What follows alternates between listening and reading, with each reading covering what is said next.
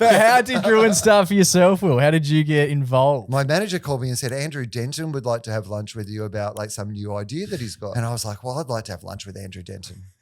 That idea I wasn't really, and so we had a chat and he said, I've got this idea for a TV show. And the pitch was, he said to me, I want to make a TV show that gives people the skills to understand advertising in the way that the TV show Frontline gave people the skills to understand current affairs TV shows. And I thought that's a pretty good pitch. Got a name maybe. And so the Gruen transfer was like a name that was already, before there was a show, there was kind of a name, an idea of that there would be this like thing, but it wasn't locked in or anything. I remember walking back from that meeting and like called my manager and I said, oh, this feels like something. I said, I don't know what this is going to be, but there's something about this that felt like really interesting to me. And I said, I'd be pretty happy to be involved in it. Then we went into these workshops to try and develop what this show was. And originally it was going to be like a documentary series where I would go to like test advertising or marketing things and blah, blah, blah and whatever. Right. And then we thought it was going to be a comedy panel show, like a Good Newsweek style, but it was just going to be about ads, but it would be with comedians and personalities and things like that. And then we started getting these advertising industry people in and talking to them about like the industry itself. And,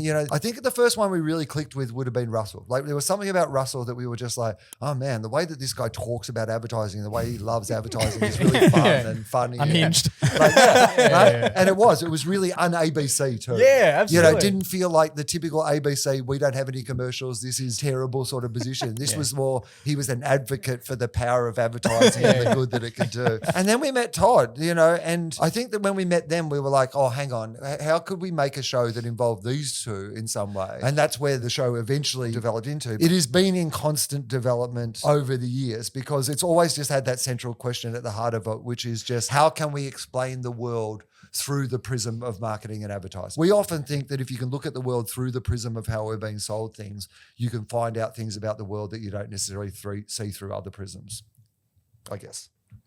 There you go. Great answer. Wow, it really took us on a journey. That's awesome.